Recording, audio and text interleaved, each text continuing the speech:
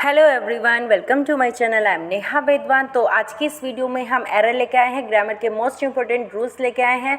होता क्या है कि जब हम एग्ज़ाम में, किसी भी एग्ज़ाम में जब हम जाते हैं, कोई भी एग्ज़ाम हो, चाहे वो टीजीटी का हो, बैंक का हो, एसएससी का हो, किसी का भी वो आपका एग्ज़ाम हो, उसमें एरर आपकी आती ही आती है। आपको 4 पार्ट दे दिए जाते हैं, 4 पार्ट में से आपको बताना होता है कि एरर किस में है। हमें सब कुछ आता है, बचपन से हम ग्रामर पढ़ते आ रहे हैं, हमें सारे रूल्स आते हैं, लेकिन जब वो 4 पार्ट्स में हमें एरर देखी बताई जाती है तो हम उसको पहचान नहीं पाते हैं। तो अब ये प्रॉब्लम नहीं होने वाली है। अब आप सिर्फ सेंटेंस को देखोगे और देखते ही आपकी एरर पता चलने वाली है। तो चलिए आज की वीडियो को शुरू करते हैं।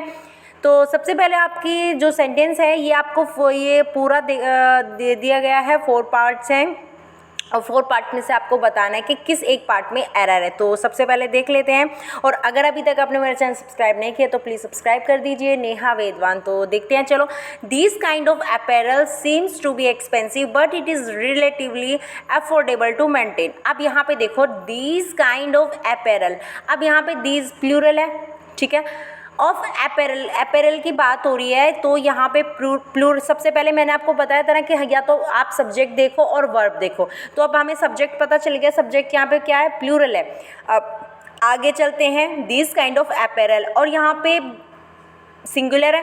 अब यहाँ पे देखो, seems to be expensive, seems हमारी क्या है, वर्ब है, और वर्ब कैसी है, सिंगुलर है। अब ये वर्ब सिंगुलर है, और यहाँ पे this kind of apparel, apparel नहीं आता, अपैरल्स आता अगर यहाँ पे प्लूरल होता। और दूसरी बात, अगर यहाँ पे आ रही है तो सीम्स नहीं आता, यहाँ पे सीम आता, क्योंकि मैंने आपको बताया था कि वर्ब भी नाउन की तरह सिंगुलर एंड प्लूरल होती है। तो यहाँ पे जो वर्ब है ये सिंगुलर वर्ब है, ऐसे एस लगा के हम वर्ब को सिंगुलर बना देते हैं, लेकिन यहाँ पे वर्ब है सिंगुलर, यहाँ पे आपका है दीज।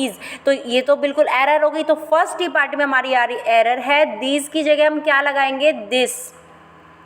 ये आपका सिंगुलर हम बना देंगे सब्जेक्ट को।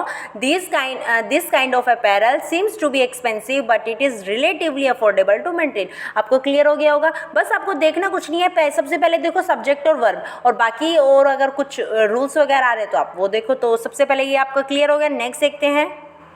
नेक्स्ट है आपका 15 miles are long way to walk. 15 miles, ये क्या है, 15 माइल्स क्या है, दूरी है, डिस्टेंस है, ठीक है।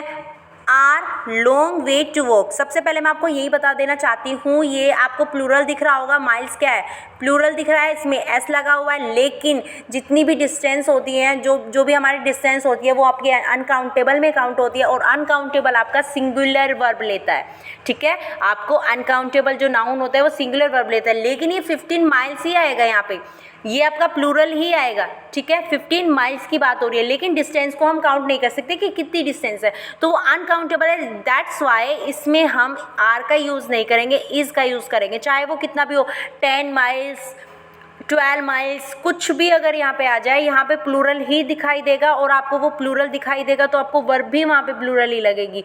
लेकिन आपको वहाँ पे बस यही एरर है आपकी, वहाँ पे वर्ब को आपको सिंगुलर लगाना है, ये आपको प्लूरल ही आएगा, आपको इसमें कोई भी चेंज नहीं करना है, 15 माइल्स ही रहेगा, लेकिन यहाँ पे वर्ब जो है आपकी वो सिंगुलर आएगी, ये आप याद रखना। 15 माइल्स, 10 माइल्स, जैसे कि 10 miles is a long way to walk, आप ये भी बोल सकते हो, लेकिन यहाँ पे वर्ब जो है आपकी सिंगुलर ही आएगी, यहाँ पे इज़ का यूज़ करेंगे। तो आपकी जो एरर है वो बी पार्ट में। आपको ध्यान रखना है, जितनी भी ये डिस्टेंस है, डिस्टेंस में चाहे वो आपको प्लूरल दिया हुआ हो, लेकिन डिस्टेंस को आपको सिंगुलर वर्ब ही लगानी है। नेक्स्ट देखते हैं। नेक्स्ट है आपका, it was Meera who suggested that you be the entrance, कि तुम्हें कहाँ होना चाहिए, एंट्रेंस पे होना चाहिए, टू वेलकम करने के लिए ईच डेलीगेंट ऑन देयर अराइवल। अब यहाँ पे देखो, यहाँ तक हमें कोई भी बिल्कुल भी हमें नज़र नहीं आ रही है कोई भी कमी। अब यहाँ पे देखो, ईच, टू वेलकम ईच, मैंने आपको इससे पहले जो एरर डिटेक्शन की हमारी वीडियो आई थी उसमें भी मैंने ईच का यूज़ बताया था। ईच हमारा क्या होता है, सिंगुलर होता है, और अगर ये सिंगुलर है तो इसके बाद देखो पजेसिव केस, पजेसिव कुछ भी आए उसका भी हमारा सिंगुलर ही होने वाला है। तो टू वेलकम, किसका वेलकम वेलकम करने के लिए, ईच डेलीगेट का वेलकम करने के लिए ऑन देयर। अब इन्हीं के तो आने की बात हो रही है, इस ईच वाले की, इन्हीं के तो अराइवल की बात हो रही है, इन्हीं के तो आने की बात हो रही है। तो अब यहाँ पे तो सिंगुलर है और यहाँ पे इन्होंने क्या लगा रखा है, देयर लगा रखा है। तो यहाँ पे अगर सिंगुलर है तो यहाँ पे भी तो सिंगुलर आएगा। यहाँ पे ये सब्जेक्ट की तरह काम हो रहा है, to welcome each delegate on there. अब यहाँ पे पजेसिव केस लगाना है, तो पजेसिव केस सिंगुलर क्या होता है, पजेसिव केस आपका हिज हो जाएगा। समझ आ गया, क्योंकि यहाँ पे ईच है, सिंगुलर है, इट मीन्स यहाँ पे ही है ना। प्रत्येक का बात है, एक एक की बात हो रही है, एक एक की बात हो रही है, तो यहाँ पे ही हो गया, है ना। यहाँ पे ही का जो सिंगुलर पजेसिव केस क्या होता है, हीज आएगा। तो यहाँ पे ईच के साथ देयर नहीं आएगा, यहाँ पे आपका हीज का यूज़ होगा। ये आपको क्लियर हो गया होगा। बस आपको यही ध्यान रखना है, ईच सिंगुलर वर्ब जो अगर सब्जेक्ट आपका जैसा सिंगुलर है तो उसके पजेसिव केस आ जाएगा, तो वो भी आपका सिंगुलर ही रहने वाला है, वो प्लूरल नहीं होगा। तो नेक्स्ट देखते हैं। तो नेक्स्ट है आपका she is more beautiful, she is more beautiful than any one of her two sister. अब यहाँ पे देखो वो है क्या है, बहुत यहाँ पे कंपैरेटिव है, she is more beautiful than, comparative के साथ आपका दैन आता ही है, तो यहाँ पे भी कोई एरर नहीं है। वो है उससे ज़्यादा सुंदर, any one of her two sister. अब यहाँ पे देखो बात किसकी हो रही है, टू सिस्टर की बात हो रही है। तो टू सिस्टर में एनी वन इन्होंने लगा रखा है, जबकि एनी वन का जो यूज़ होता है दो से ज़्यादा चीज़ें या फिर किसी पर्सन के बारे में बात होती है तब हम एनी वन का यूज़ करते हैं। लेकिन अब यहाँ पे जब टू की बात हो रही है तो यहाँ पे हम यूज़ करेंगे आइदर का,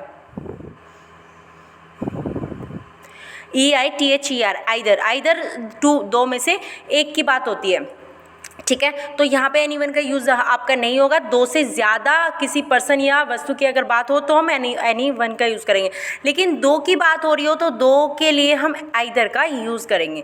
तो समझ में आ गया होगा। नेक्स्ट देखते हैं। I have never disobeyed and nor will never.